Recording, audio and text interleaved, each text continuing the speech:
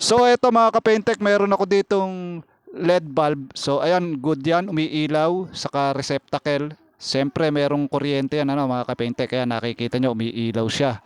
So ang gagawin kong video ngayon tungkol dito sa lapis. Pwedeng pailawin yung pundi na ilaw. So ayan, meron ako dito, pundi na siya mga kapentek. Mahahalata nyo naman na pundi siya, maitim yun ano. So tatanggalin nyo lang yan mga kapentek. So madami na rin gumawa nito. So na-testing ko na rin, talagang legit naman to kasi ang lapis carbon siya no mga kapentek. So ayan, ito pundido to mga kapentek, testingin natin. So hindi siya umiilaw ano mga kapentek. So ayan, sinaksak ko na yan ah.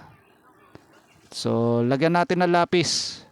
Ah, sulatan natin ng lapis yung portion na tinanggal natin na LED beads ano mga kapentek. So para malaman natin kung talagang legit ba. So isasaksak ko na mga kapentek para makita nyo. So ayun, umandap siya no. Ibig sabihin kailangan damihan natin ng sulat ng lapis mga kapentek para magkaroon siya ng continuity mga kapentek. So ayan, saksak uli. So pundi pala yung apat na bulb dito, ay apat na LED beads mga kapentek, kaya ganun. So papalitan ko yan, hanap ako ng iba. So ito yung ipinalit ko mga kapentek na pundido. So testingin ko. So ayan, nakasaksak na yan, ayaw umilaw. So bubuksan ko mga kapentek. So madali lang naman buksan yan. Yung iba medyo mahirap ano. Ayan, ganyan lang. May sealant lang naman yan eh. So ayan, nakita nyo may itim na kaagad. Maitim na yung isang LED beads niya. So yun yung pinakapundi niya mga kapentek. Tatanggalin nyo lang yan. Pagkatapos sulatan natin. Ayan, kapalan natin ng sulat ng lapis mga kapentek. So ayan.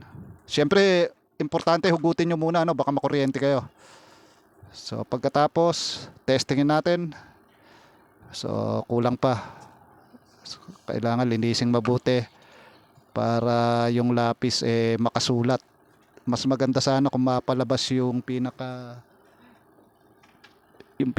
linya niya ano mga kapentek para magandang isulat yung lapis. So ayan, kinapalan ko na mga kapentek, nakikita nyo. Ayan, kapalan.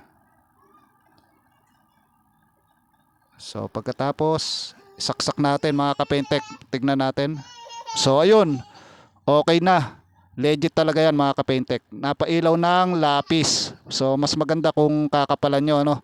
Makikita nyo naman pagkapundi isa lang, yun yung tatanggalin nyo na portion na LED beads.